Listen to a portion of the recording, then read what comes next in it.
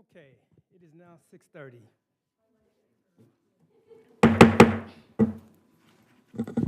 We'll call this meeting to order. I'm going to ask the city clerk to give the roll call. Madam City Clerk.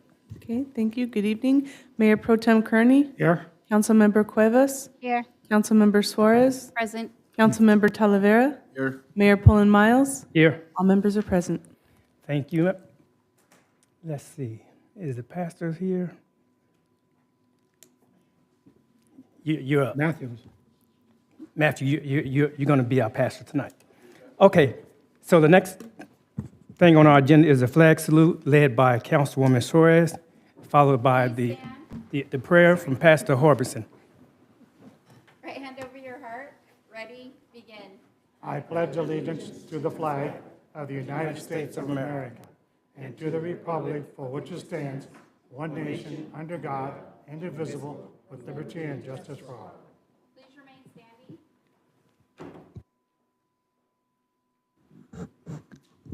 Almighty God, we thank you for the opportunity to gather today. We thank you for just the people who are present, who make time out of their day to come and attend these meetings. We thank you for those who lead the meetings. We thank you for those who are involved behind the scenes. We ask that we might just be better people because we are able to be together and present and open to one another's opinions and decisions. We ask that you would give your blessing on this community and that we might be able to be good neighbors, that we would be good family members, that we would be a community that people look to for advice because we seem to figure out how to do things right. And when we don't, we know how to talk to other people civilly. We know how to be respectful. And may this be opportunities for growth all the way around. Amen. Thank you, Pastor.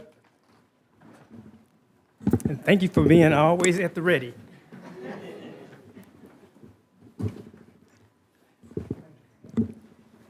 Okay, let's have our public safety report. Let's hear from Los Angeles County Sheriff's Department. Captain Palomino.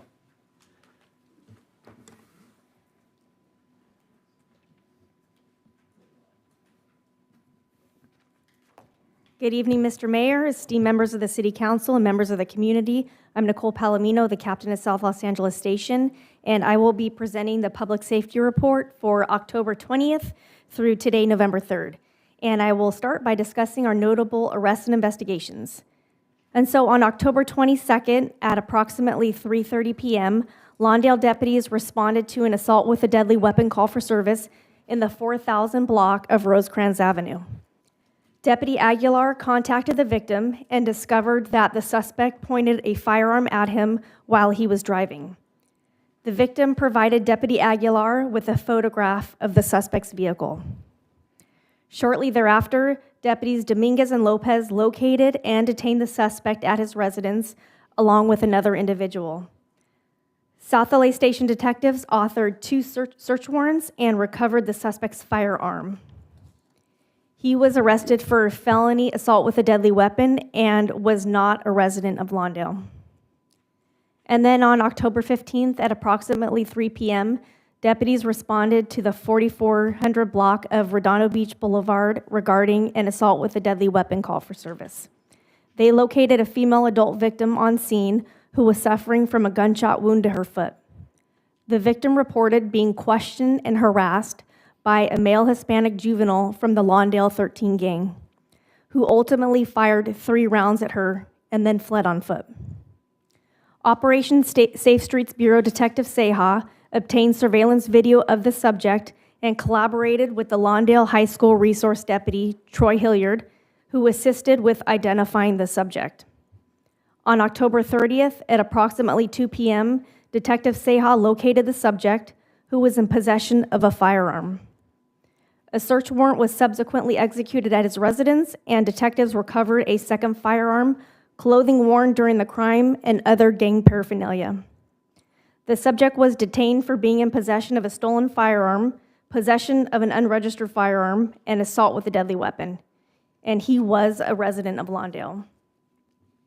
And then regarding our traffic-related incidents, Motorcycle Traffic Enforcement Deputy Morales issued 63 citations during the reporting period for various vehicle code violations, such as failure to stop at a stop sign, failure to stop at a red traffic light, and speeding.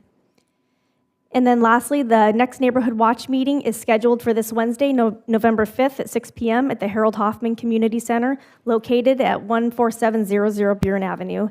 And everyone from the community is invited and encouraged to attend. And this concludes my report, and I would be happy to answer any questions that the council might have. Thank you, Captain. Are there any questions of the captain's report? Thank Thank you. you. Okay, let's move our agenda to the Los Angeles County Fire Department update. Brian King.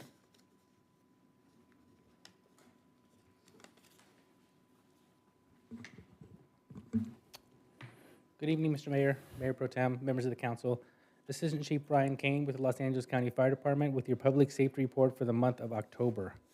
There were a total of 210 calls for service in this respective month, 2 fires, one being trash and rubbish and the other being a brush fire, both involving persons experiencing homelessness. 143 EMS-related responses, 86 of those responses were advanced life-saving interventions were performed by the paramedics at Fire Station 21. And we had 7 calls for service for the APRU within the city of Lawndale. And that is the end of my public safety report, unless there's any questions. Okay, any questions of the Assistant Chief's report? No, thank you. Thank you very much. Okay, let's move our agenda. Let's move to oral communications. Oral communications is when you have the opportunity to speak to this body on items that are not on the agenda. If you'd like to do so, we ask that you line up by the flag. When it becomes your turn, just, if you will, just approach the podium. Start with your name first. At 2.5 minutes, the amber light will come on. So if you keep your eye on one of these screens, that'll give you a signal to start wrapping things up. Yes, sir. Hi, Matthew Harbison. Just wanted to say thank you for the great event we had, Halloween Haunt. My church was able to have a booth there, and we gave out over 700 pieces of candy. Now, a couple kids came by more than once, but still, that's a lot of rounds. We had a little Go Fish booth. They were kind of going and pulling back. And so, but anyway, it was a really good opportunity just to be present with the community, and I thank you for putting things on so that just the community has a chance to be with other community members. So that was very good. I also want to say thank you for your public work department, who is on top of some of the graffiti things, and I went out to, I didn't even know that somebody had spray painted my sidewalk, and they went out and they were sandblasting it away, and I offered the guy something. I said, can I give you a tip? Can I give you a drink? He said, I can't take anything, I'm just doing my job. So thank you for having your guys just do their job, and they didn't ask for anything, it was just they're doing their job. So I thank you for the people that you got. Also just wanted to give you guys a heads up that we're coming up on time change yesterday, right? So hopefully we're all still present. And I'm looking forward to this next darker season, just hoping that the group that watches over the parks is aware just of the darkness and the fog that sets in, that people will be able to keep some of the ruffians away, if we'll call them that, because I know a couple of them have been driving by at different parks to try to hit people on the back of the head and then run off. But because it's with kids, they're not always saying things. I'm trying to tell kids, hey, call it in. But if you're people, especially around Jane Addams, William Green, and Betsy Ross, is that? No, Lucille Smith, sorry. That area, I've had some people in my congregation tell me that there were these bike people running around. So if your guys can watch those areas, that would be helpful. Okay. And so again, thank you for doing what you do for the city, and thank you for what you've done, and hopefully we'll have a good rest of the year. Thank you. Yes, ma'am.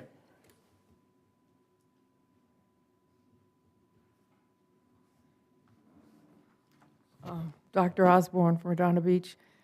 I just want to finish something about that I talked about last time when we were going over Metro math and how Metro was just adding a construction easement to make up for the 6 feet that they lost when they surveyed correctly.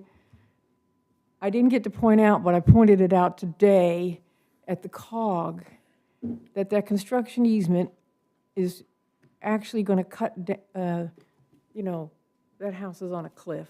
Mm-hmm. If you cut away land, do you think they're going to get it back? No. That kind of taking land, it's going to turn into, oh, well, we really did need it, we're sorry. All right? Now, you guys aren't the only ones that had Metro Math.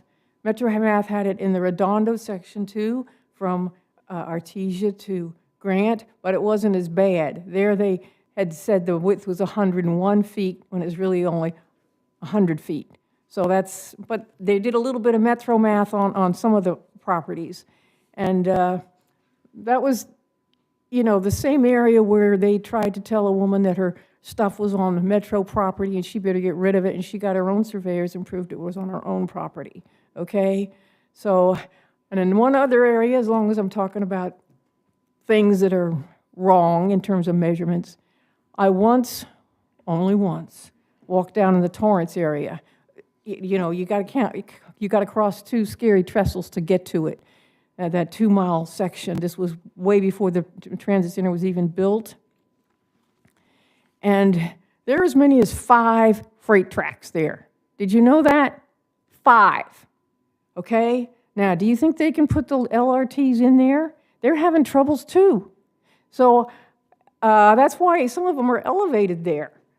And I think you all have the letter that the Torrance Refinery and the Torrance Logistics, I think they're somehow connected, wrote about that area and all the problems that they have. You might just want to read it so you're just a little bit familiar with it. Okay. Anyway, 5 freight trains. Thank you. Thank you. Yes, sir.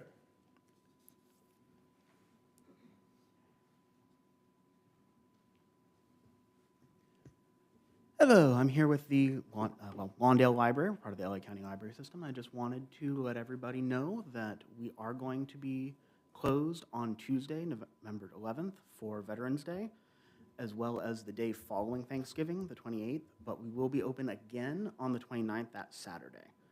I also did want to bring attention to, we recently got a film license, and we're going to be start having adult, teen, and children or family film nights starting in November. The first one is going to be on the 14th, on Friday, at 3:30 p.m. And just wanted to give you a heads up.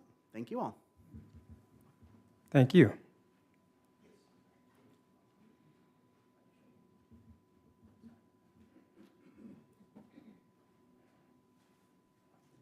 Hi there, Andrew Black, new resident of Lawndale.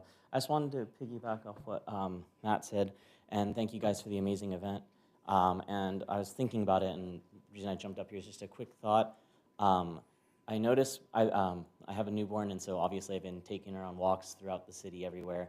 I noticed that some of the stars where the Santa sleigh stops are pretty worn down, and some of them are basically, it just looks like white dots that's there. There's no resemblance of a snowflake that they're supposed to be. So I don't know if that's something that the city would repaint on, or if that's the organization that puts on Santa's sleigh.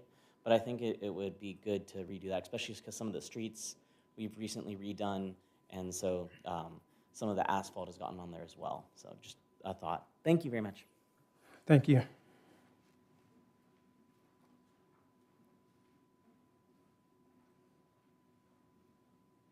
Yes, ma'am. Ned Owens. Thank you, Mayor and Council. I just wanted to report, I also went to the COG meeting, got to see Bernadette in action, really impressive. I wanted to point out that Metro, not only can they not do math, they also can't plan very well. And just wanted to let everyone know that the People Mover, which I've been waiting for ever since April was in high school. It was supposed to be done before she finished high school. Well, she finished high school, she finished college, now she's in graduate school. It's still not going to be done. It's supposed to be done in January. Now they're talking about December 2026. So if they're going to start doing anything on the row, it could go on for decades because it's Metro. Thank you. All right, we're going to close public comments. Let's bring up the dais for comments from the council. Let's hear from Councilmember Talavera. Okay, good evening, everyone. Thank you for being here with us and dedicating some time to hear of the concerns and the working of our city. Matt, thank you for bringing that awareness to us. I thought it was a great event also. And I just want to applaud your participation, your church's participation, and I just wish that other community churches would also see the effort and be inspired. So I'm going to try to do something about that because I want to see more participation from our churches in our participating in our activities here at Lawndale.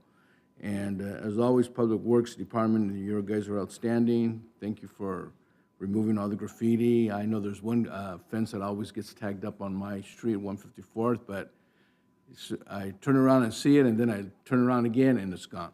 So thank you, Public Works, for such a great job. Dr. Osborne, thank you, as always, for keeping us in the know and keeping us updated and pointing out those little details that Metro wants us to forget about and overlook. But thank you, because you always bring them to our attention, and now we know what to look for, and we keep our eye on it. For the Lawndale Library, thank you for allowing us, for giving us information about the closures, and for Film Night that will begin, that will be starting soon. So I hope I can take one of those, see one of those movies and be with you guys. Andrew, always thank you also for everything that you bring to the table here. I know for me, I don't always respond, but I do read every email that you send me, and I am aware of what's going on. But I just want to thank you, and most definitely we can't have Santa's sleigh going to the wrong corners. So maybe we can do something about those stars. Thank you. Councilwoman Suarez. I just want to thank everybody that came out tonight, everybody that's watching online. A couple comments that I'll pull are yes, thank you to staff for handling matters such as graffiti and whatnot, but also thank you to the residents who report them and are the eyes for the city, so that we can get that done. The other thing is, Dr. Osborne, I will be sure to look at the Torrance Refinery letter, because they've been reaching out lately for tours for elected. So, now that that's kind of a topic of them reaching out, I'm going to take a look at that and see what you're talking about. But other than that, I want to thank everybody that came out and pass it along. Thank you. Councilwoman Suarez. Cuevas. Thank you, everybody, for coming out. Those who spoke, thank you. And those who are watching, thank you for watching us. Mr. Pro Tem, Pat Kearney. Okay, I want to thank everybody for coming out, and I want to, Mr. Librarian, thank you for mentioning Veterans Day, the 11th, and the People Mover. Ms. Owens, I know, I saw the email about postponing until next year. It's just ridiculous. Like you said, it's going to be decades before Metro comes to here. And with that, I'll turn it over to you, Mr. Mayor. Okay, thank you. Thank you, Pastor, for bringing up the Halloween hunt and for your church's participation, and also for your nice comments about Public Works. Yeah, we appreciate all the work that they do over there in Public Works. Dr. Osborne, thank you for giving us an update on Metro Math. This is the second update on the Metro Math issue, and we appreciate it. Mr. Librarian, we want to thank you for mentioning the closure of the library and the reopening dates, as well as the family film nights. Ms. Owens, thank you for the Metro project. Yeah, there's a lot of delays in Metro, so we know about all those delays in Metro. So I don't know how that speaks to the Sea Line project, but if it's anything like the People Mover, don't hold your breath. So thank you for that, for bringing that to our attention. With that, we're going to close public. Yes, ma'am. Sorry, I wanted to thank Randall for the notice. The email, yeah. The email that you sent. Thank you very much. Thank you. With that, we'll move our agenda. Let's go to the consent calendar, item F. What is the pleasure of this body concerning the consent calendar? A motion to approve. Okay, it's been motioned to approve the consent calendar by Cuevas, I'll second it. seconded by Suarez. Any discussion? Yeah, yeah, any discussion on the motion? Stay for number 5, because I was not here at the last meeting. Okay, number 5, you will sustain for number 5. Is there any further discussion on the motion? Madam City Clerk, please conduct the roll. The vote.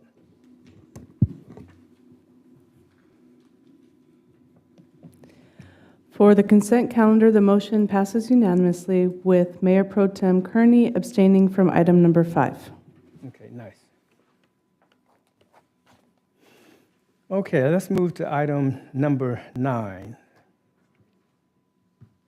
Let's have the staff report. Good evening, Mayor and council members. Assistant City Clerk Yvette Palomo. This report is to request council's consideration to schedule the city council meeting dates for next year, 2026. We are specifically requesting that council cancel 3 of the meetings as they do fall on city-observed holidays, which are Monday, January 19th, 2026, Martin Luther King Jr. Day, Monday, February 16th, 2026, President's Day, and Monday, September 7th, 2026, Labor Day. Staff is recommending that council cancel those 3 meetings, and if the council chooses, they can reschedule another meeting on the following day on Tuesday, or choose to not schedule any of them, or provide staff with alternative direction. That concludes my report. Happy to answer any questions. Thank you. Okay, thank you. I'm going to suggest that we cancel these 3 dates as mentioned and not reschedule them unless there's, because we can always schedule if we need to, an emergency meeting. How about that? I think there's a comment. Well, I'll take it out because, no, I'm going to leave it on. Okay, well, go ahead. I'm okay with the first 2, but September 7th is way out. Why are we doing that far out? I can understand January and February, but not September. Can we wait to bring that back at a later date? I don't mind. What do you guys think? Okay, yeah. So you want to rescind, or you want me to? Well, yeah, let's go with the first 2, Okay. and we'll visit the Labor Day one as we get closer. Madam City Attorney, can we do that with unanimous consent? Not a problem, Mayor. Unanimous consent works. So move. I thought I was getting my wedding anniversary off. That's why it was there. Oh, really? Oh, that's why it was there? That's why it was there. So you're going to cancel your wedding anniversary? I'll cancel my wedding anniversary. Okay, so that'll be the order. Okay, let's move our agenda to item 10. Let's have the staff report. First amendment to a special council agreement with Ishar and Winder.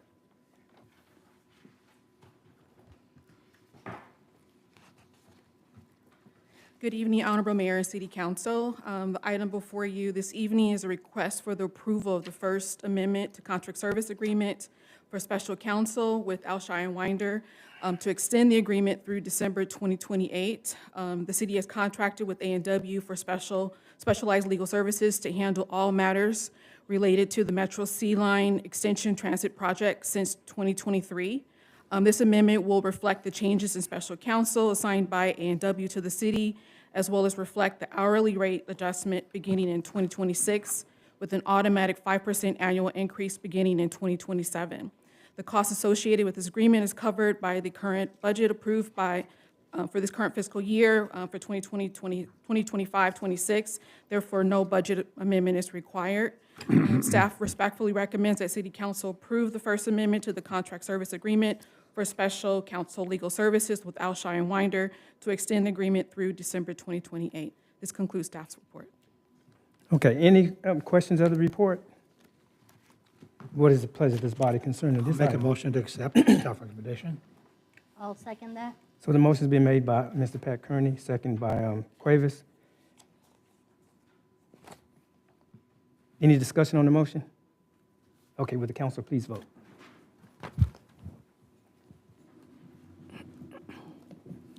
For item number 10, the motion passes unanimously.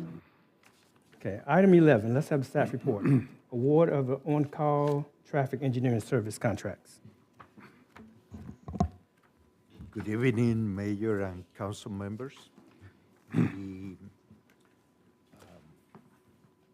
city has several needs for traffic engineering services.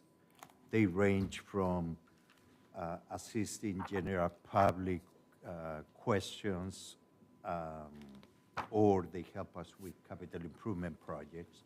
The city had already awarded on-call traffic engineering services in the past, but they have expired. Therefore, on September 10, staff issued a new RFQ, obtained 9 responses from traffic engineering firms, and through a review process of the Public Works staff of all the proposals, the city or staff, I suppose, is recommending General Technologies and Solutions, GTS, as one of the firms. The other one is Hartzog and Crowell, and a larger firm to possibly help with larger projects is Kimley Horn and Associates. Those are our 3 proposals. Everybody who submitted a proposal was well qualified, but we looked a little bit at the prices, at the cost to the city, and we have worked, the city has worked in the past with GTS and Hartzog and Crowell. The staff recommendation for the terms of the agreements is 3 years with an option to extend the agreement for an additional 2 years. That is the typical amount of a contract for on-call. However, we can stop this at any time if we're not satisfied with the services. The previous one was only for 1 year, and before we can use them, the year is gone. So it's important to have them for longer. The cost, these agreements will be paid from different funding sources, gas tax, Prop C, some general fund, and for capital improvement projects, when we need a traffic engineer, they get paid from that account for the actual project. So it doesn't come out of any other account.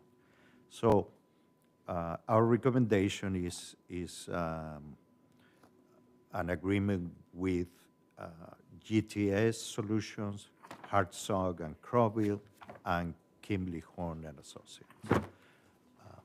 That's the report. If you have any questions, please let me know. Thank you for the report. Let's hear from Councilwoman Cuevas. Couple of questions. The $113,000, is it just for 2025, 2026, or is that how much we have to spend and then we put more money in there? Thank you. Great question. Typically, a on-call contract has a capacity, let's say 100,000, but it doesn't matter where the funds are coming from because you have different accounts depending the need. For example, my next item here was paid by the developer. Therefore, the monies come from different places. In our case, we didn't put a top on the agreement how much money we're going to use. It depends on the needs for the next 5 years. To answer your question now directly, the 113 are currently available in this year's budget. We may use $0 out of there. We may use a portion for this year, and we have to see how it works. Anyway. So the cap is 113. Anything above that, you would have to come back to us and request more funds? Is that how? Thank you. No, there's no cap on the agreement. In some cases, we're going to use more than 113.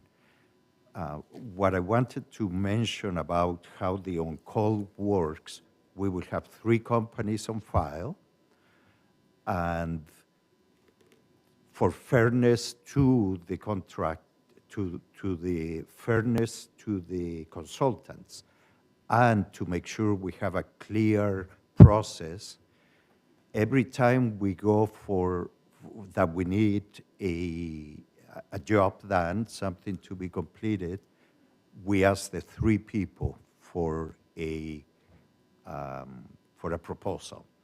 Therefore, we see what we search for in those proposals are the time that it will take them to be done, the cost, and that's how you actually figure out who provides the best services, etc. But there's no cap on the contracts. Okay. My next proposal that we're going to request for immediately are the works on 147th Street that we were waiting to have people on call so we can ask for the price for those designs, as an example. And should we award them, the money comes from a separate project that we have to form for the next year. And the last piece of information is, which was part of your question, is we are going to respect all the purchasing policies. Under 5,000, Public Works directly does a quick task order. Above that, and under 15,000, our city manager can approve it. Anything above 15,000, no matter what the subject is in traffic engineering, we will come to council to let you know the plan, the needs, and look for your responses then. Thank you. Thank you. Pat Kearney. Lucho, so let's say we only spend 13,000 of this money this year. What we have remaining here, does that roll back over, and do we get additional on top of this, the funding? Or is it, do we gain every year on this funding? Yes. Okay. So every year, for example, these accounts, one is for traffic committee requests. So every year we need to keep adding money in the. Okay. So next year could be, if we went, another contract, say in 2 years, this would be like maybe $130,000 available, correct? It may be. Okay, good, thank you. Thank you. So actually, you answered my question when you was speaking to Ms. Cuevas' question, and that was concerning why are we awarding 3 different firms? And you kind of explained that, and I appreciate that. Anyone have anything else they want to add? Okay. What is the pleasure of this body concerning this item? I'm making a motion to go to staff recommendation. I'll second that. Okay, so the motion's been made that we go with staff recommendations by Kearney. Cuevas has seconded. Any discussion on the motion? Madam City Clerk.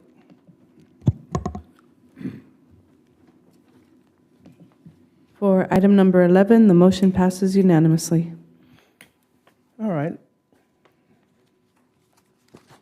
All right, let's deal with item number 12, traffic parking.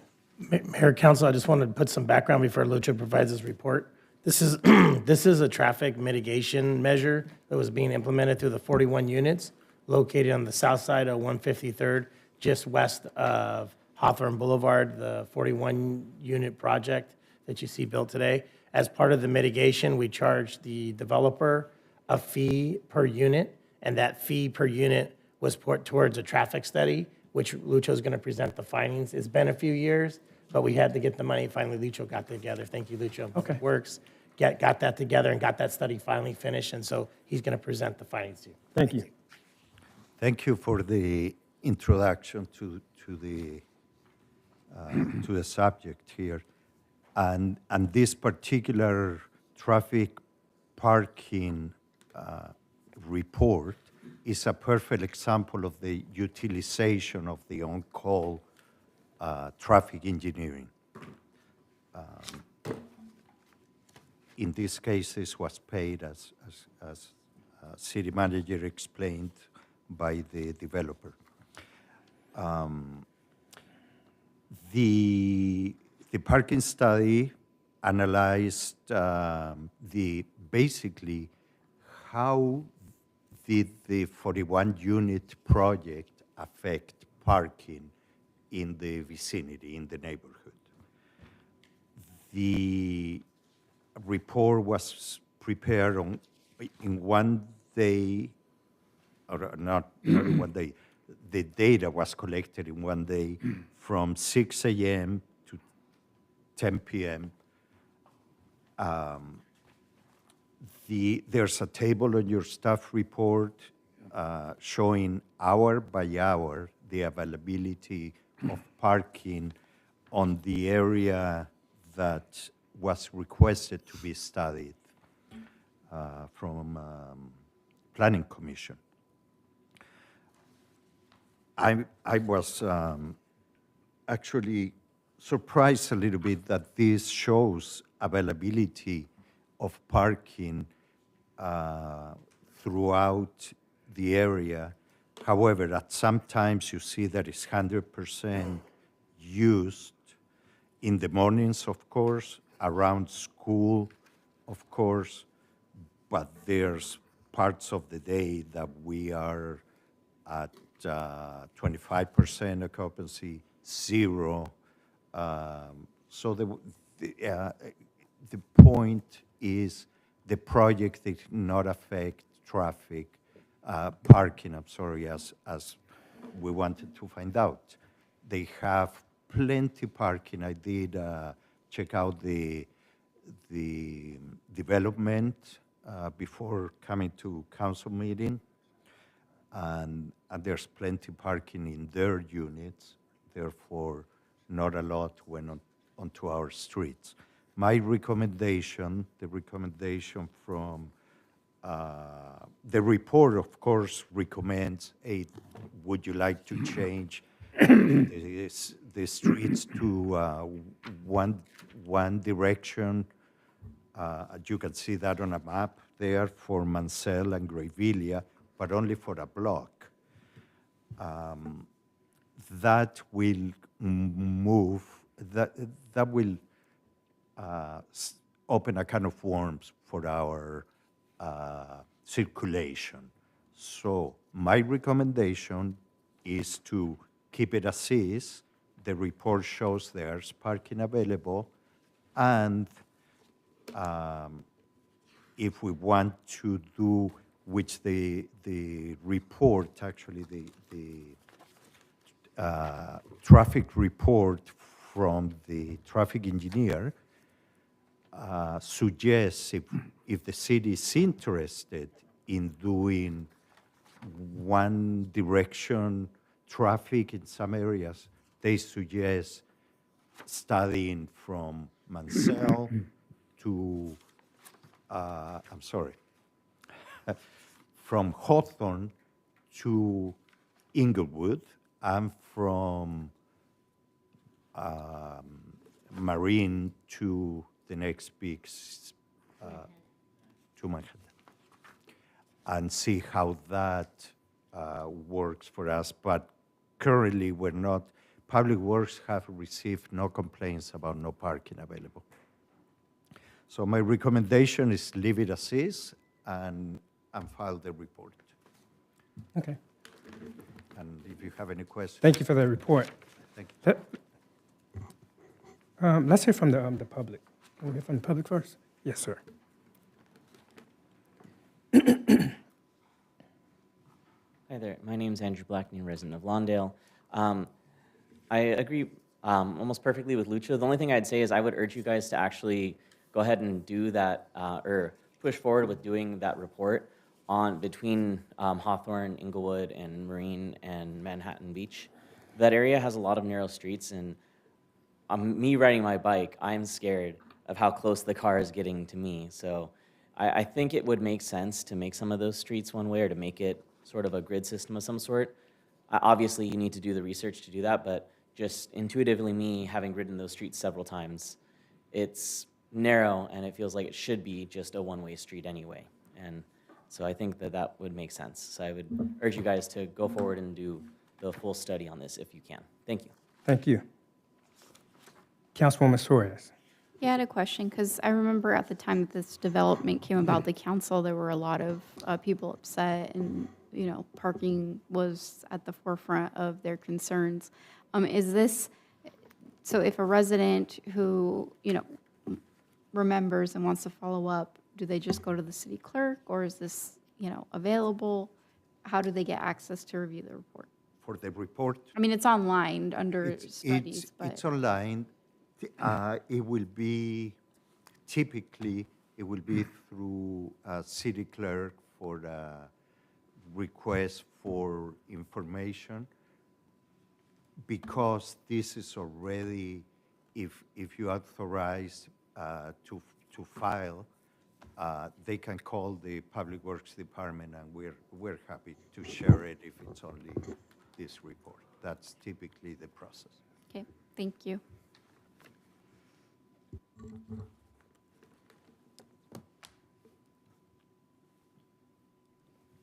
Okay, I have a question. Go first. So what are your thoughts on this, the larger study area from Hawthorne Boulevard to Inglewood Avenue and from Manhattan Beach Boulevard to Marine Avenue? You said we can do a study on that area? If council has interest in figuring out more parking, remember, this was for finding additional parking. But the report says we did a limited area just to study that area, so we don't know what consequences changing those two streets will bring over the full circulation of the quadrant of the big arterials. It's up to you if there's interest to move forward and do another study. So let me ask you this. If we did a study of this area that I mentioned, would that have an effect on if we receive and file this report? Or is that would be a separate report? The other will be a totally separate report. Okay. Totally separate. So we can file these. I'm just wondering because it's in this report. But if we choose to do it, it would be a separate report. Yes, sir. It's not going to prevent us from receiving this report, right? That's correct. Okay. That's correct. Let me ask the city attorney. Are we allowed to put that, can I put that on the agenda at this meeting? Absolutely. Putting it on a future agenda is exactly the right thing to do. I wouldn't get into too big a discussion about it tonight. Okay. But saying that you'd like it to come back and talk about it and maybe do an RFP for it, that's the right way to go, sir. Okay. That's it from Pat Kearney. So let me get this right. We're talking about making Manziel from 154th to 153rd Place a one-way street? On this report, Okay. but I do not recommend that. It's You don't too recommend small. that? I don't recommend Okay, that. good, because I don't know who this consultant firm is, but I would say live there for a month and put this through a little bit of a month, because you're going to have all the neighbors in uproar and people that are dropping off their kids at Jane Addams in uproar. There might be picket signs in your front yard. Not really, but, so, as long, I'm going through a report. Thank you. Mayor, Council, I could add a little detail. Because of your leadership of requiring tandem parking, which council and the commission was a little bit concerned with doing that, but it turned out it worked because we thought it might not work. That's why we required this as part of the mitigation. It turned out, actually, we're not having impacts on 153rd, Mansell, Gravois, thankfully, out on Hawthorne, because it turns out people are utilizing that tandem parking. Although the concern was at that time at Planning Commission and Council, people were not going to go out and move the car out and to get the other car out, they were just going to park out on the streets, city streets. But it turns out after reviewing this that there has not been any identified impacts. I talked to Mr. Reyes, no impacts or calls for service out there. So it turned out because of the direction of the council asking for tandem parking, making sure we have enough parking in the underground parking garage, or it's at grade, but it's in the parking garage. There turns out to be enough parking in there. Okay. Any more discussion on this item? You need a motion? No, I think we can see this in file. Okay, by okay. Anonymous See in consent. file? Is that okay? Okay. Consider this received and filed. Thank you. Let's go on to item H, City Manager's Report, Short-Term Rental Response. Thank you, Mayor, Council. I'll be quick. So did a little research, and the council is aware, short-term rentals are prohibited in the city of Lawndale. They've been prohibited for quite a few years now. I will talk to Mr. Reyes, and we do receive complaints from time to time. The current council policy is to not be proactive, but reactive when we receive complaints, and that's how we've been following the current policy. That concludes my report. I'll be happy to answer any questions you may have. Thank you. Any questions of the report? Okay. Which item you want to speak on? Okay. Oh, thank you.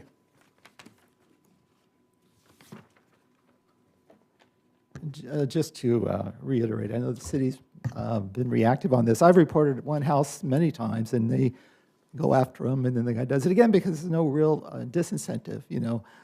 If you saw the article, what Redondo Beach is doing, they've got fines up to $1,000. So, and they're using a company called Decor Technology, and I think Torrance is using them, and their contract was for $7,000 a year, which is minimal. Lawndale would probably be much cheaper.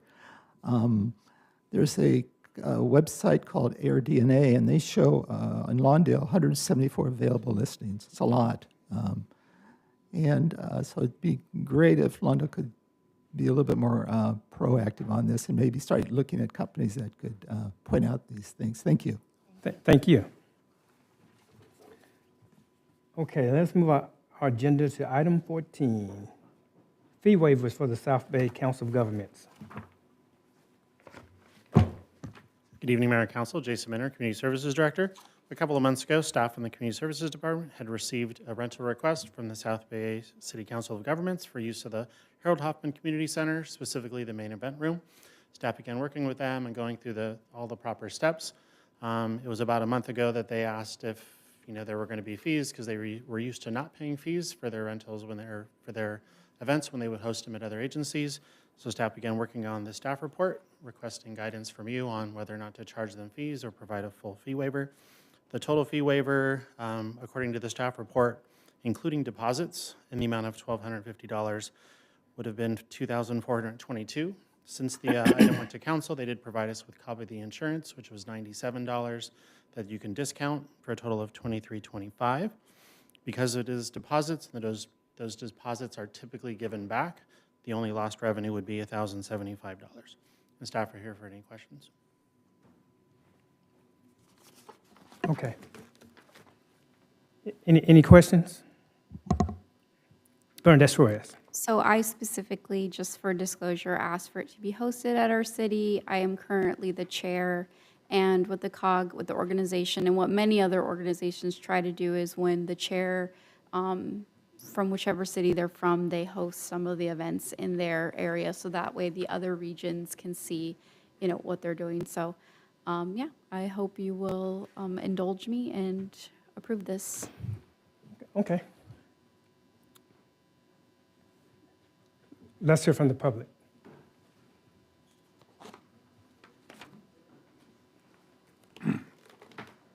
Very active day for me getting my steps in. I would like to just say that I think that this is a good thing, and just in general, hosting events from these organizations in the city allow the residents to come to these events, or to, at least hear about them and get asked questions about these organizations. Go, hey, what's that's going on?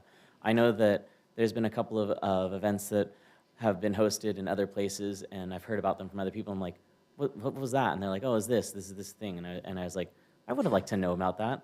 And I would feel like I'd have a much more direct access to those events if they were hosted here in the city. So, just my 2 cents. Thank you. Thank you. If there's no questions, I'll make a motion. What is the pleasure of this body concerning this item? I'm okay with going ahead with the waiver. Okay. And do we need a motion for that? Okay. I have a question. Yes, sir. I'm okay with the rental deposit, but the deposit, $1,250 should be deposited down there.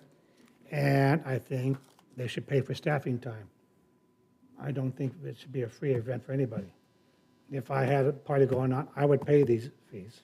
I would pay them. Why are we making an exception for one, not the other? But We actually the deposit, I have the floor, the deposit should be paid and staffing time should be paid. Well, let me ask you this. How many events they're gonna do at the community center? This request is only for one event in December. It does take place during the lunch hour, so we will be relocating the senior lunch program to the meeting rooms just for that day, but it is just for one event.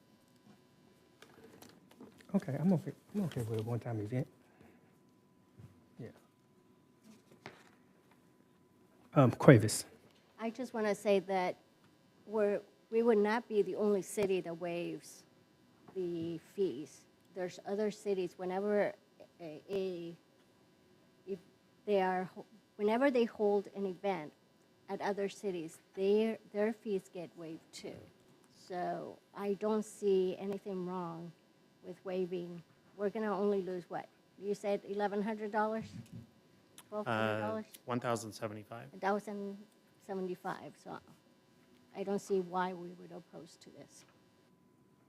Yeah.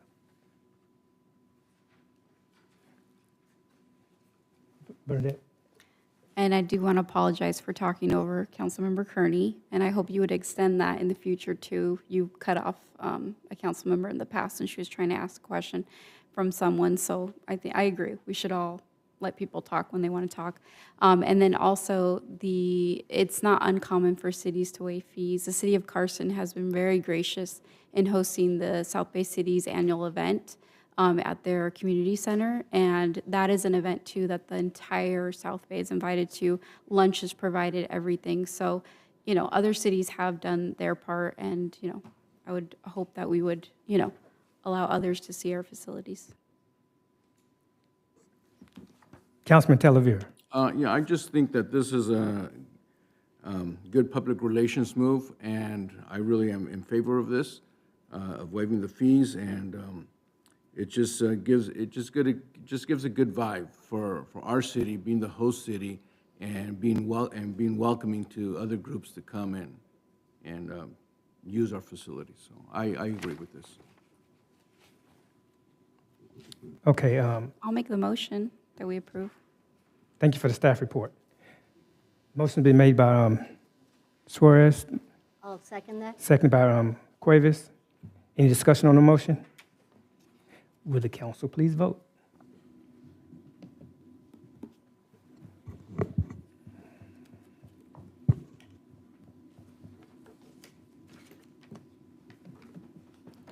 For item number 14, the motion passes with Mayor Pro Tem Kearney voting no. Okay, item 15, South Bay Council of Governments Joint Powers Agreement Amendment 5. If you'd like, Let's have the staff report.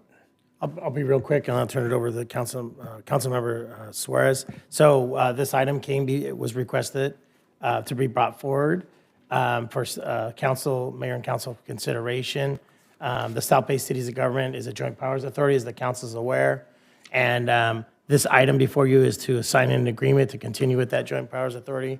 The recommendation is to approve the Fifth Amendment and restated joint powers agreement with the South Bay COG as recommended by the South Board of Directors, and to allow the City of Los Angeles to appoint a non-elected senior staff alternate to its governing board seat, and 2, authorize the mayor to execute the agreement on behalf of the City of Lawndale in its capacity as the member of the JPA.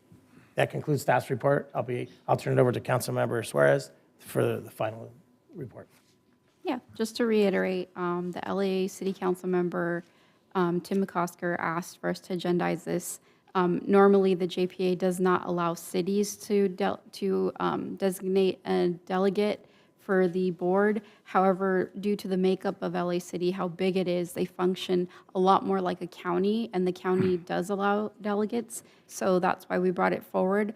And we made the request that it be a high-ranking staff person that's more, knowledgeable about the variety of things, not a, I don't know how to term it, someone at a higher level on their staff. And so that's why I'm bringing it forward, because this was a request by them, and the body agreed with it. Well, my concern is that I'm okay with the agreement in principle, but the part about the City of LA to appoint a non-elected senior staff alternative to the governing board seat, that's what I'm concerned about. Now, you did say it operates kind of like the county because the City of LA is so huge. Well, on the sanitation district, the county has a seat on the sanitation district, and they always come. The member comes. Although you can have an alternate, just like cities can have an alternate. But I would imagine, I don't know who the alternate is, but I would imagine it's probably another member of the Board of Supervisors. But the member always comes. Let's see, and that would be Janice Hahn. And then, of course, before Janice Hahn, we had Ridley Thomas was the member. And he came, they participate. So I'm not really sure about this provision. That's my only hang-up on it. It seemed like this should be two separate items. Yes, ma'am. Suarez. Yeah, historically, the LA City Council member has never really gone to any of the meetings, and that's why we're making the accommodation as requested. We're trying to get participation, and we did ask for it to be a high-ranking representative. Because we just haven't had the participation. We've asked time and time again. We're trying to set up a meeting with the council member. Apparently, the schedule is just way too busy, and historically, that has been the case for, I think, the past 10 years that I've gone to those meetings. So. Trust me, we've asked, and we'd prefer for it to be the elected, but it just hasn't been. Is the meetings a conflict with the city council meetings? I don't know what their council meetings are, and I don't know what the schedule looks like, but we have asked to meet with the council member. But yeah, he has attended a couple of them, one of which was a really big ticket item when Inglewood was requesting the funds from the COG.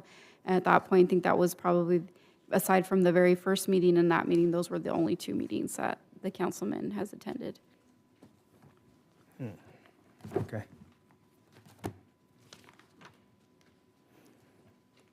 Any other comments on this item? If not, I'll make a motion I'll second. What's your motion? to accept the, as written, whatever, consideration. Okay, yes, ma'am. Yes, sir. So the motion is made by Mr. Pat Kearney, seconded by Suarez. You got a question on the motion? Yeah. Okay. Any discussion on the motion? Okay, would the council please vote?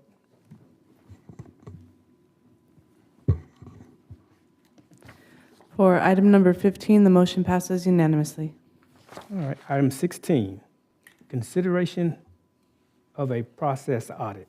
I'm sorry, can I interject on this next one? I'm going to ask that it be continued. There's a few things I want to look into before discussing it, and since I'm the one that brought it forward, I was wondering if that's okay if I Okay, so postpone this. okay, so we'll remove that from the consent calendar, if that's the consent of everyone. Thank you. Okay. Let's move on to item 17, consideration of a residential hiring policy.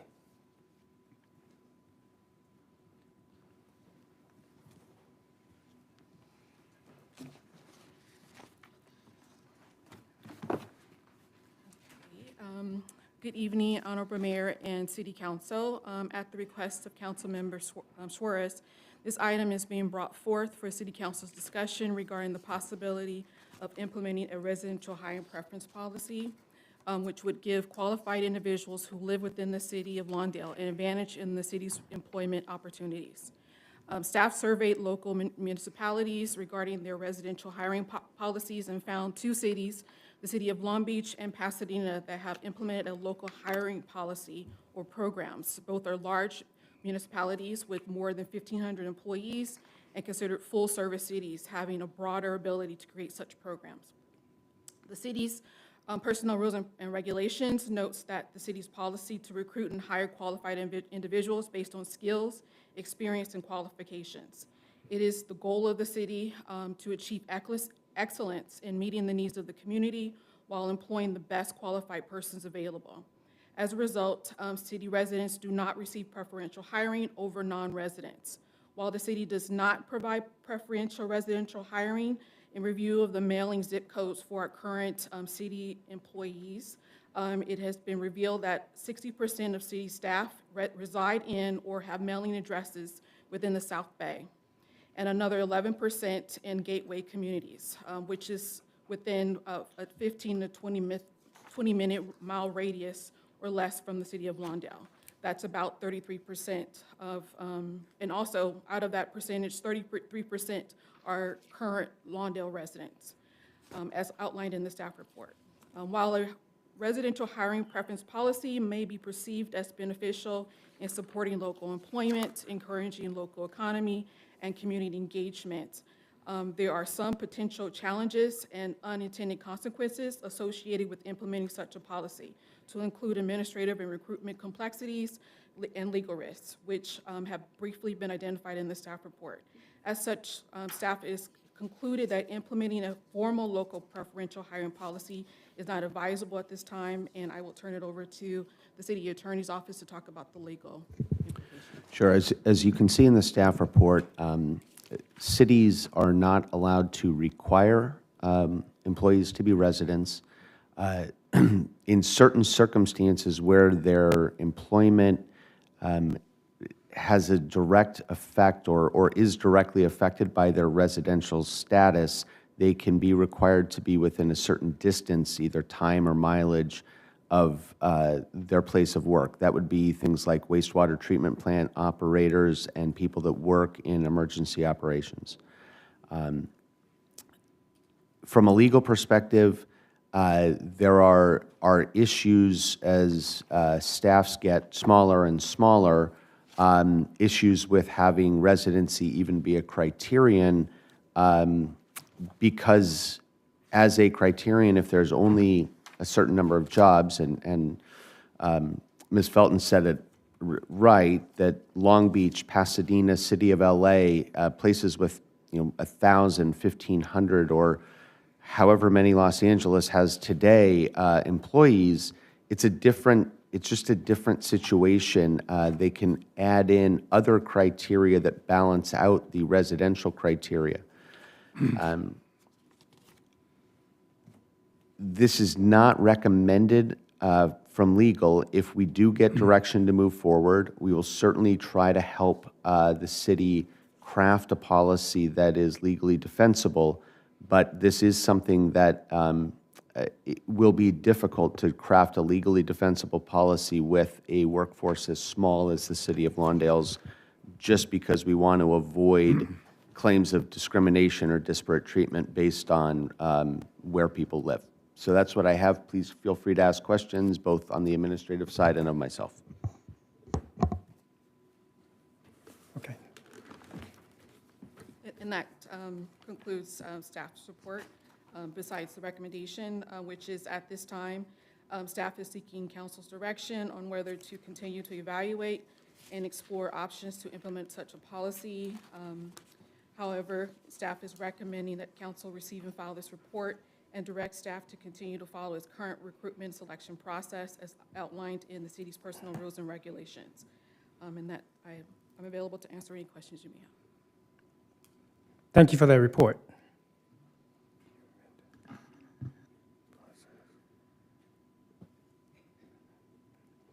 Okay, let's hear from Bernadette Suarez. Mine are going to be comments in which I'm going to get into discussion, so I prefer we have public comment. I didn't have any questions. Mine were going to be comments. Okay, yeah. I do have a question, and that is, how do we qualify these staff members? I've had a couple of people that apply for positions, and they didn't even get a chance to interview. And their qualifications, because I've seen their resumes, were as good as anyone that we currently have on staff right now. Well, qualifications are based on the job description. And we regularly bring those job descriptions before you so that you can approve them moving forward. That's what we base our recruitment on. And so when we look at the applications, we screen them we first screen them in based on them meeting the criteria. But then to get an interview, we only interview the most qualified. Because if that's the case, if we have a process with 50 people, we would have to interview 50. So we kind of pick up here, but we don't give an opportunity to those that want to advance in a city. The two people I'm speaking of had worked for other cities, and they were passed. Well, I would need to look into your specific positions that you were referring to because I couldn't answer that question. All right. Any further discussion? Let's hear from the public.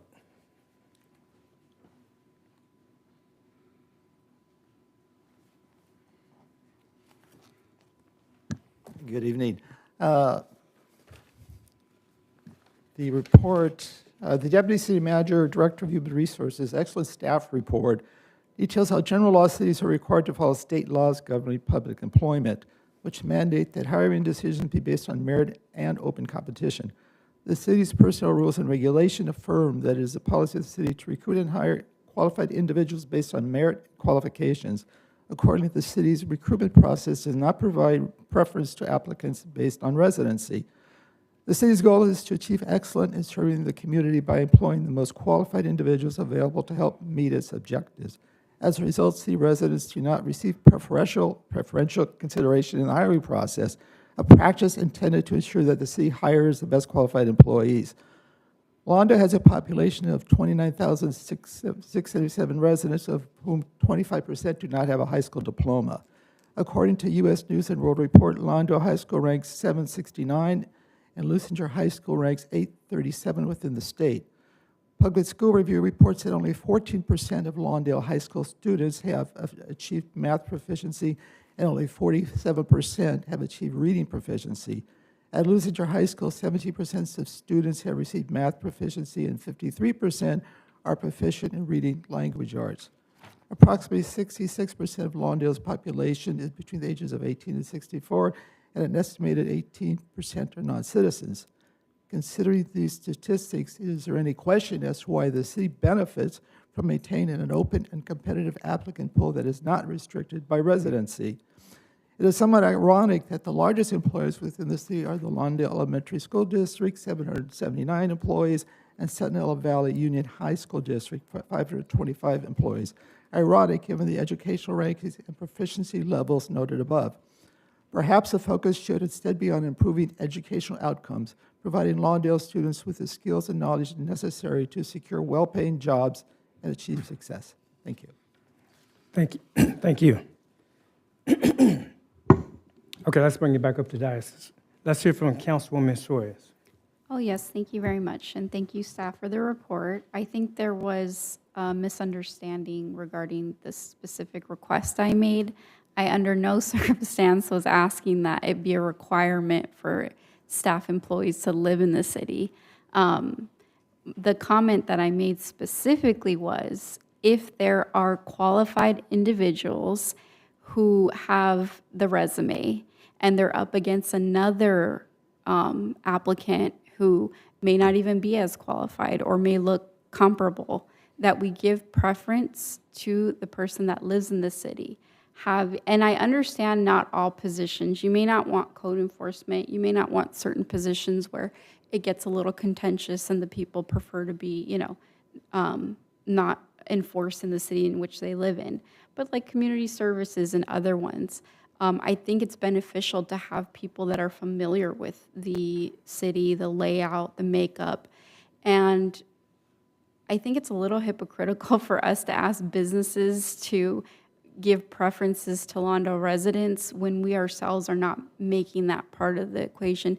If you look at the average salary in the city, it is way below what staff members are making. So if we want our residents to, succeed and get ahead, then I think that we should give a little bit of an edge for those that are qualified and allow them that opportunity to work for the city. And they're going to have a more vested interest in the work that they do if they live in that city.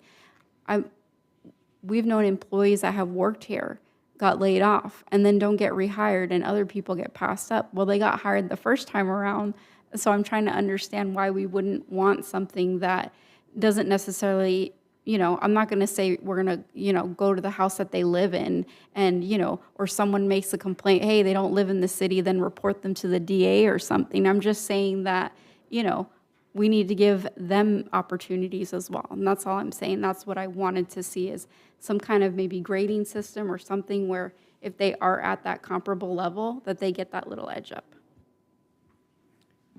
Councilmember Frank Talavera. Yeah, thank you. I agree with Council Member Bernadette, and I'm thinking about or wanting to know about the rating scale that we use as we interview prospective employees, because I would think that we're not asking them to live in the city. We're not requiring them to live in the city, but those that do live in the city, I mean, if we're using a scale 1 through 10 as we rate them, okay, then we can give the ones that live in Lawndale 1 point extra, and will it pull them closer to the final decision? Maybe, maybe not. Maybe the other one is so outstanding, they got 10 on every scale, and the person that lives in Lawndale by that 1 point might miss it also. So we're not saying that they need to or that it's a requirement to live in Lawndale.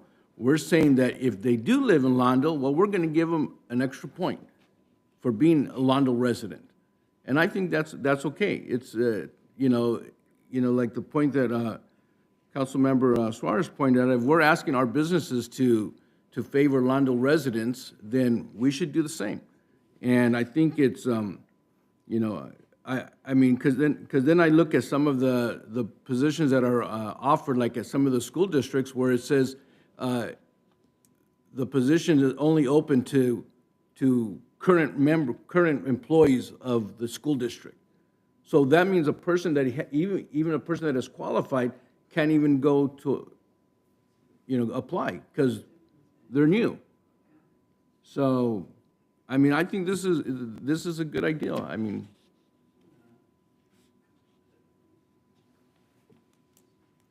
You good? Yeah, I'm good now. All right. Okay, any further discussion? Is that something that can be accommodated? Is that illegal to have that as a point? I think the best way to go about this tonight would be to give us direction to return with some options for incorporating it that both the legal side feels comfortable with and the administrative side feels comfortable with, so that when we come back, rather than kind of giving you this is where the issues are, we give you this is our best chance at, or our best effort at giving you a couple ways that you could implement it if you were going to give us that direction. And then I think between Ms. Felton and myself, we can put together something that I'll feel is defensible to a good level and that she feels is workable. Okay. So what action do we need to take tonight? To give you that direction? If you're okay with that, just give us that direction. Yeah, I'm okay with it. Okay. You okay with it? I'm good with it. Okay. Do unanimous consent? Okay.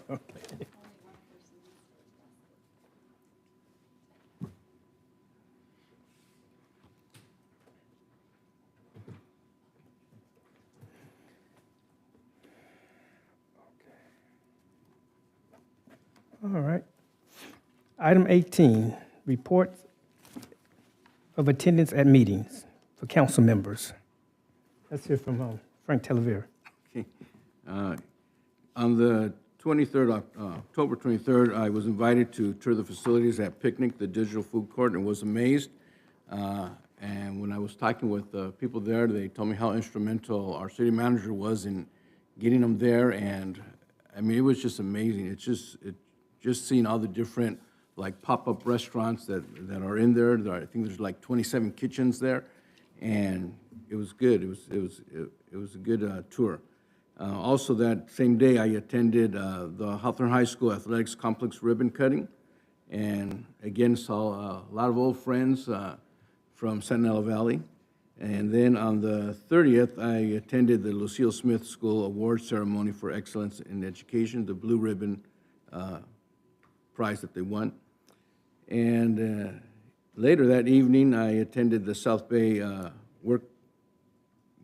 Web Award Ceremony. Had a good time there, and just amazed how vigorous Jan Vogel still is, you know, and all the stuff he does for the South Bay. So I enjoyed that award ceremony. And then on the 31st, I attended the Halloween Haunt event. I just want to say it was awesome. Jason, thank you very much, and your staff. You guys did an awesome job. I didn't make it to the haunted house, but just all the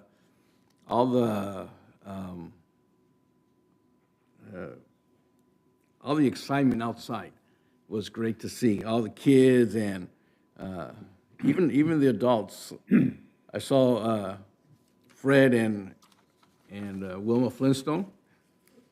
So it was good. So I just want to say, Jason, thank you very much. And then the next day I stopped by the Esmoa Dia de los Muertos event and saw the beautiful altars. I want to say Mark Twain did an exceptional job. They had a piece of what we call pan de muerto, and they had the school name engraved in the bread. So it was really nice, good. It was exciting. They had many stations where the kids could be interacting and creating headbands and skulls and just remembering the people that have passed on. So I was the bands and the bands, yeah. The mariachi was there and the folklorico was there, so it was good. Thank you. That's all I have. Okay, thank you for that report. Councilwoman Suarez. Okay, these are not necessarily in order, and I don't have dates, but last week I toured the LA County Ballot Processing Center. The county clerk, Dean Logan, was gracious enough to allow us a tour, although he was giving Supervisor Mitchell one, so maybe we got fitted in. So it was very interesting. We got to see how it works in motion. I also attended the South Bay cities. We had an AI working group where we talked about AI and how the different cities are grappling with that. We're looking to do more serious information on it. A lot of the cities are trying to get rid of administrative tasks and using AI, even some police departments with reports and whatnot. But the first thing we're looking at is how to draft a policy, which we probably should do for our city with the usage of AI. I also attended CYS Inc., in which the city has been a partner with for a long time, and I am the board chair. We had our 50th celebration. CYS helps with youth restorative justice and diversion, mediation and whatnot. Really great event, and we've done a lot of work in the South Bay and LA County, so very proud of that work. I attended the steering committee today. steering committee just for the South Bay Cities Council of Government, which we just set the agenda for the Board of Directors meeting, which will be on the 20th. And then I also did attend the South Bay Workforce Investment Board annual celebration and whatnot.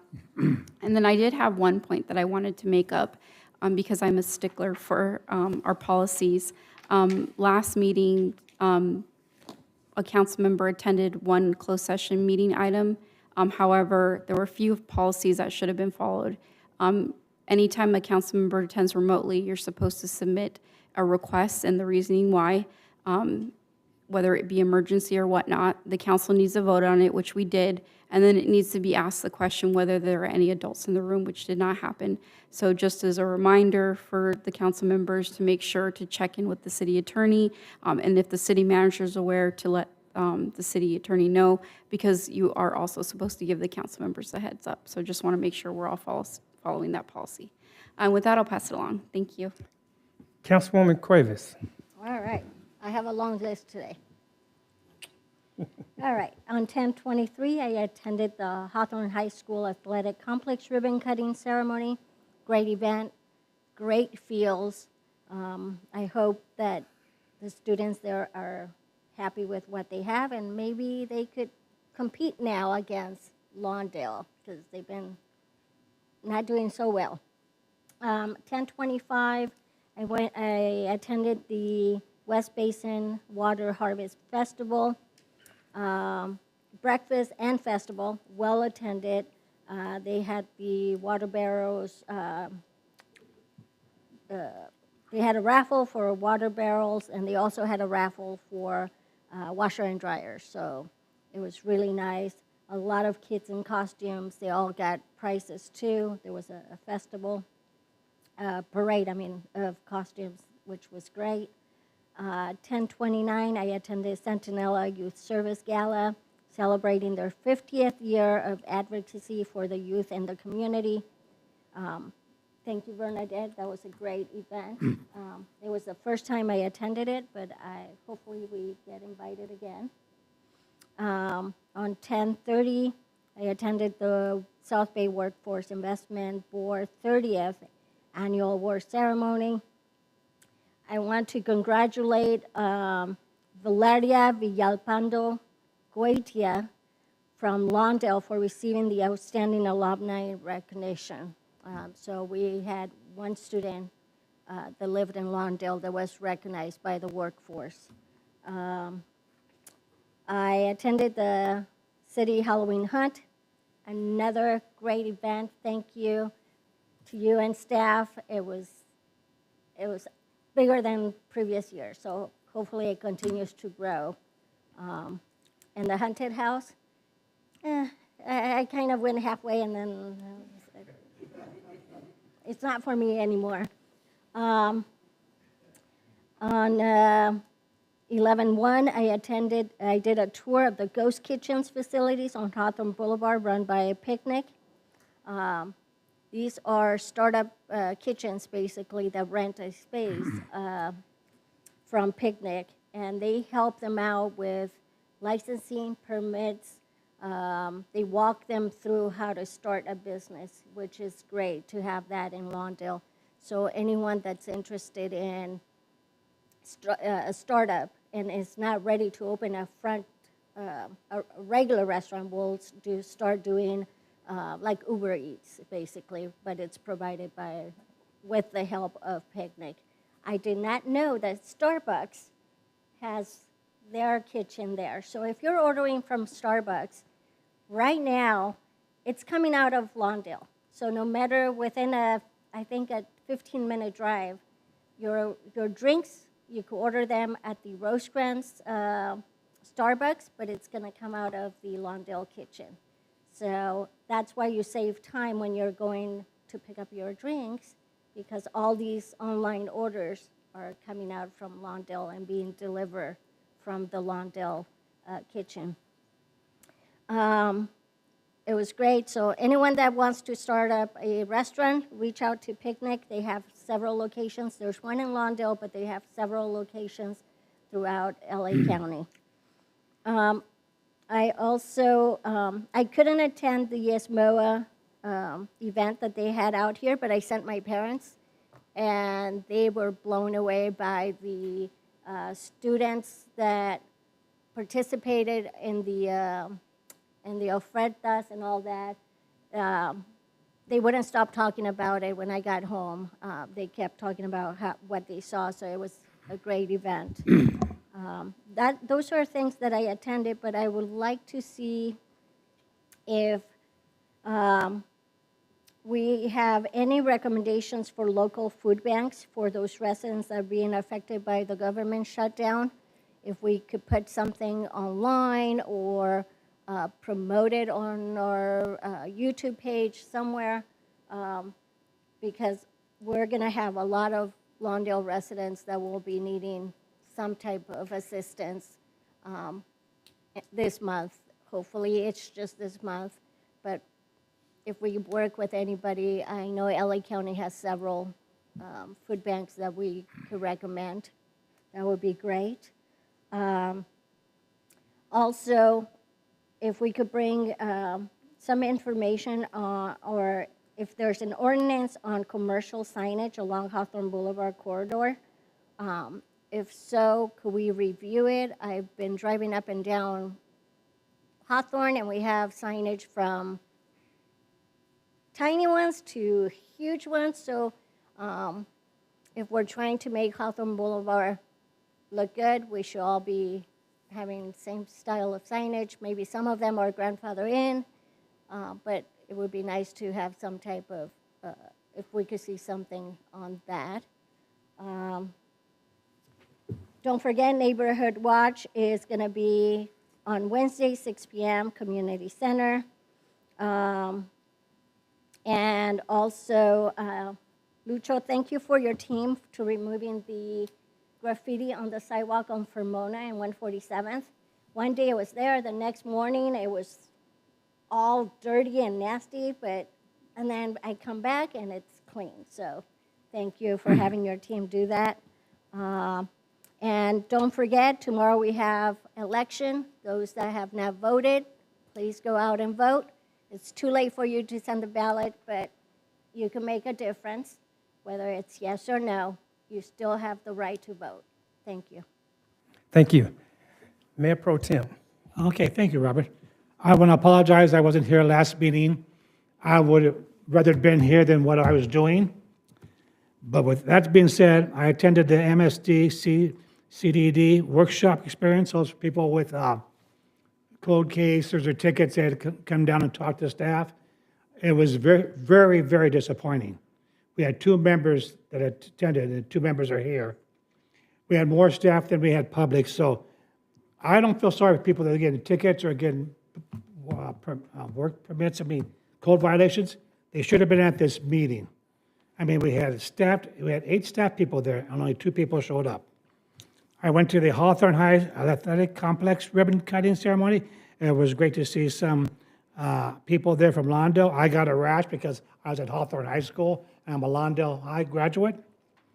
I went to the West Basin Water Breakfast Mixer. It was greatly attended. I enjoyed it. My daughter and my wife always enjoy it. Frank and I attended the Halloween special lunch for the seniors. It was well attended. I believe one of our council members dressed up like Mickey Mouse. I won't mention who. I attended the CYS Gala, which is Councilwoman Suarez reminded me that I was on the board way back when Jesus was an altar boy. It was great. I enjoyed it. I attended the Lucille Smith School National Blue Ribbon. They say nomination. I call them a winner because our current administration in D.C. shut down that part of the education part. So they're winners in my eyes. Although Mr. Thurman did announce that they are California state winners for the blue ribbon. Let me see, I attended the South Bay Web 30th Annual Award Ceremony. It was greatly attended. I enjoyed going to Torrance, seeing all my homies there. I attended the Halloween Hunt, which was great. There was a priest and a nun there that nobody should have stood by. I won't say who it was, but I didn't stand by them, because lightning was going to strike them. And then I also attended the Day of the Dead. Isabel put on a great event. I enjoyed it. I had pretzels, I had the bun, I had all that, and the band was fantastic. And with that, I will close. Okay, thank you. I was out of town for most of last week, so I missed a couple of the events. But I did attend the sanitation district meeting, as well as I joined some seniors from Lawndale at an event in Gardena to celebrate Halloween. That was really, really great. I mean, it was mostly Gardena, because it was in Gardena at the community center, and most of the people was from Gardena, except there was a small band of Lawndalians that was there, probably about 10 of them, and they invited me, so I went there. That was a lot of fun.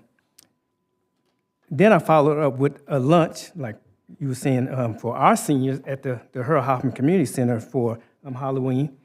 I was dressed up as a public works cone head.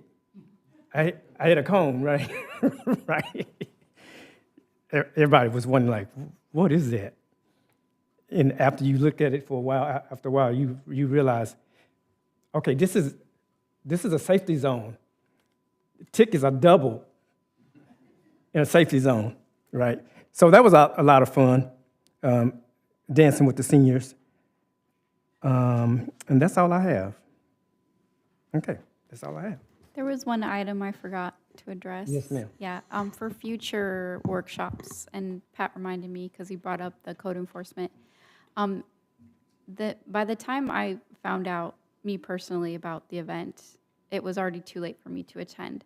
And I think we need to be cognizant of our community. Most people are working service industry jobs, and when the schedule comes out, you have to make your requests 3 to 4 weeks in advance in order to get that specific shift covered. And that's just the example that I have. So I think we need to be cognizant of the community that we serve. And if we're going to have those types of workshops, there needs to be better, more in advance notification for members of our community. I know retired people, it's a little easier if it's already your job. But for me personally, it's really hard to get time off. And, we need to be cognizant of the community that we're serving. Okay, duly noted. Thank you for bringing that up.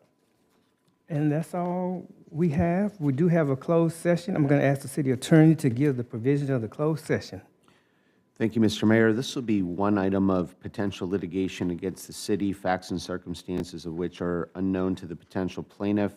This is under Government Code Section 54956.9D2. Thank you.